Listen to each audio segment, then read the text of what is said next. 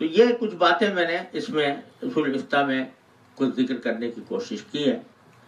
اور اگر آپ حضرات تو ماشاءاللہ سب بیشتر حضرات ہیں، میں نہیں سمجھتا، مجھے شرم آتی ہے یہ کہتے ہوئے کہ اس کتاب کی مراجعات فرمائیں، لیکن میں چند مباحث کی طرف متوجہ کرتا ہوں کہ اگر آپ حضرات اس کو بغرض اصلاح اس کو دیکھیں تو اگر اس میں کوئی غلطی ہو تو اس پر مجھے متنبہ فرمائیں، اور اگر وہ صحیح ہے تو من جانب اللہ ہے، ان کان صوابا فمن اللہ وان کان خطأ فمنی ومن الشیطان. 3 مسائل ہیں جن کے اوپر میں نے خصوصی اس میں بات کی ہے. ایک مسئلہ جس کے اوپر زیادہ محنت صرف کی ہے وہ عرف کا ہے، اور الاحکام تتغیر بتغیر الزمان کا جو مقولہ ہے اس کی تشریح کرنے کی کوشش کی. اور عرف کس درجہ معتبر ہوتا ہے، کس وقت معتبر ہوتا ہے، کس وقت معتبر نہیں ہوتا.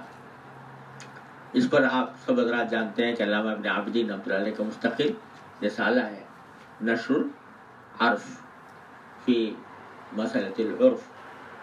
تو وہ معروف رسالہ ہے. لیکن حضرت علامہ ابن عابدین تو بحر ناپیدا کنار ہیں، تو ایک جو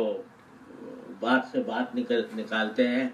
تو اس سے خلاصہ نکالنا بھی آسان نہیں ہوتا. میں نے ان سب مسائل کا جائزہ لے کر اس کو ذرا منضبط انداز میں بیان کرنے کی کوشش کی. عرف کس جگہ معتبر ہوتا ہے، کتنا معتبر ہوتا ہے، کن احوال میں معتبر ہوتا ہے، اور الاحکام تتغیر بتغیر الزمان یہ ایک ایسا جملہ ہے کہ جس کو بعض ملحدین لے کر ساری شریعت کے اوپر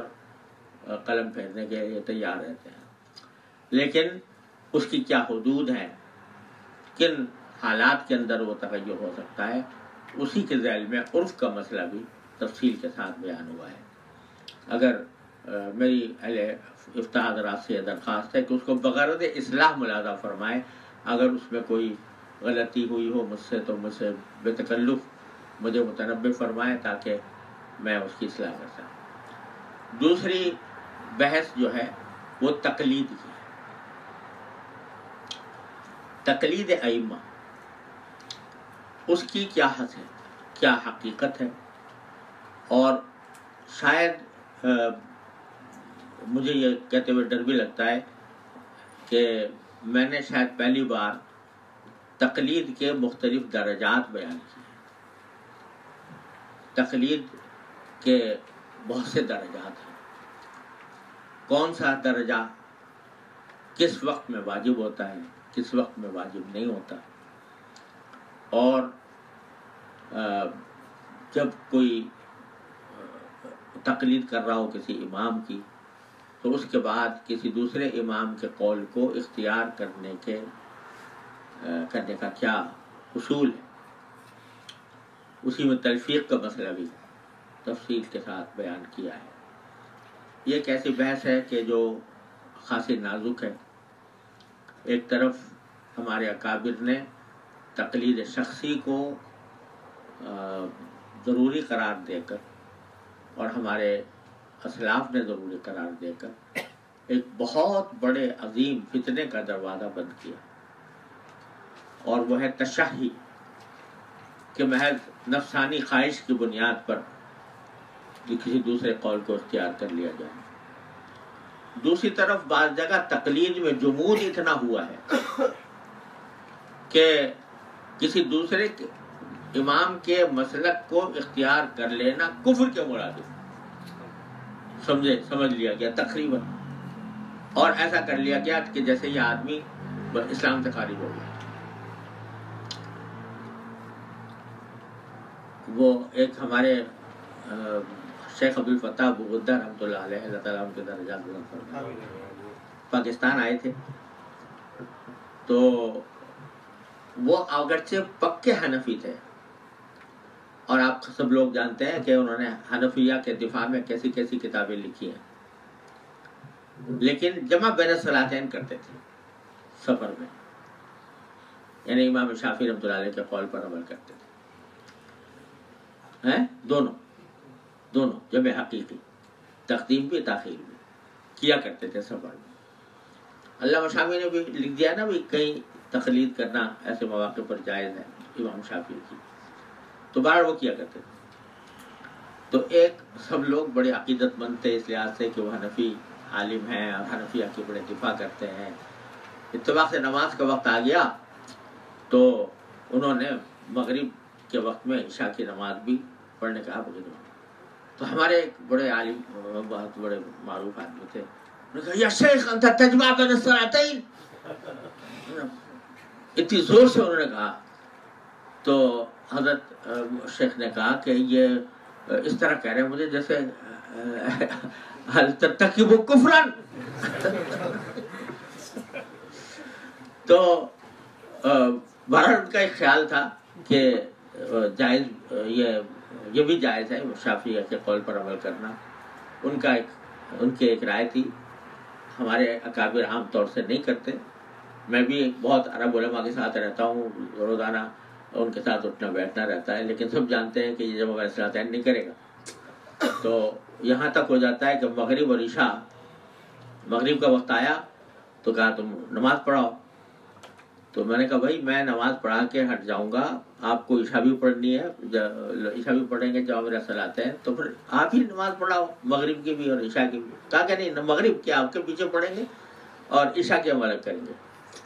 تو استغفر اللہ، نہیں لیکن میں ایک جمع کرتا ہوں، دو جگہ جمع کرتا ہوں۔ ایک جمع کرتا ہوں اس وقت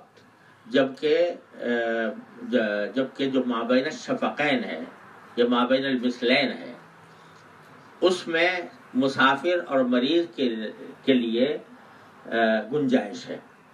خود فقہ حنفی میں گنجائش ہے، مابین المثلین اور مابین الشفقین، تو ایسے موقع پر جمع کرتا ہوں۔ حضرت شاہ صاحب رحمۃ اللہ علیہ نے اسی کو ترجیح دی ہے، حضرت علامہ انور شاہ صاحب کشمیر رحمۃ اللہ علیہ نے، اور اس جگہ کرتا ہوں، لیکن یہ نہیں کہ سفر کے علاوہ یا وہ اس کے یعنی جیسے وہ کرتے ہیں کہ مثل اول کے اندر ہی نماز پڑھ لی عصر کی۔ ہاں دوسری اس جگہ کرتا ہوں کہ جہاں مثلا جہاز میں جانا ہے اور جہاز میں جانے کے وقت میں یہ خیال ہے کہ عصر کا وقت نکل جائے گا، عصر کا وقت نکل جائے گا اور نماز بر وقت عصر کی نہیں پڑھی جا سکے گی، اس صورت میں مثل اول اور اس موقع پر ظہر عصر میں جمع کر لیتا ہوں، صرف ان مواقع۔ لیکن اس کے علاوہ ساری دنیا میرے جتنے عرب دوست ہیں سب کو پتہ ہے یہ بات کہ میں، بلکہ یہ ہوا کہ جب میں نے مغرب کی نماز پڑھائی اور انہوں نے عشاء کی نماز شروع کر دی تو میں نے بنیت نفل ان کے ساتھ شامل ہو گیا، تو الگ ہونا تو اچھا نہیں لگتا، تو بنیت نفل شامل ہو گیا، یعنی دو سنتیں میں نے ان کے پیچھے پڑھ لی۔ تو بعد میں مجھ سے پوچھنے لگے یا شیخ بدأت تجمع، اب آپ جمع کرنے شروع کر دیں؟ میں نے کہا لا لا ما جمع انما تنفلت معکم، تو ویسے میں نہیں کرتا ہوں لیکن ان دو صورتوں میں کرتا ہوں۔ تو خیر، تو حضرت شیخ نے یہ بات کہی تو اس کے اوپر گویا جو اس کا انکار تھا، اس کے اوپر نکیر تھی، اس کے اوپر ویسی تھی جیسے کہ کسی مجمع علیہ منکر کے اوپر نکیر کیا جائے۔ حضرت والد ماجد رحمۃ اللہ علیہ کا ایک جملہ میں نے سنا تھا، اللہ اکبر، وہ فرمایا کرتے تھے کہ غیر منکر پر نکیر کرنا خود منکر ہے، غیر منکر پر نکیر کرنا خود منکر ہے،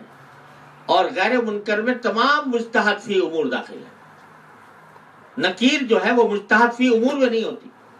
نکیر مجمع علیہ امور میں ہوتی ہے، اور مجتہد فی امور میں نکیر نہیں ہے۔ یہ سب نے بات میں نے تو بات حضرت والد صاحب سے سنی تھی، اور پھر اب بہت کتابوں کے اندر شاید میں نے اس میں بھی لکھی ہے، اصول افتاء کے اندر بھی لکھی ہے حوالوں کے ساتھ، کہ مجتہد فی امور میں نکیر نہیں ہے، افہام و تفہیم ہے، افہام و تفہیم ہو سکتی ہے لیکن نکیر نہیں۔ اگر کوئی شخص کسی دوسرے کے قول پر عمل کر رہا ہے اور ظاہر ہے کہ وہ اتباع نفس کی وجہ سے نہیں کر رہا بلکہ اپنی اس کی رائے ہے اس کی بنا پر کر رہا ہے تو نکیر نہیں کر رہا اس کو۔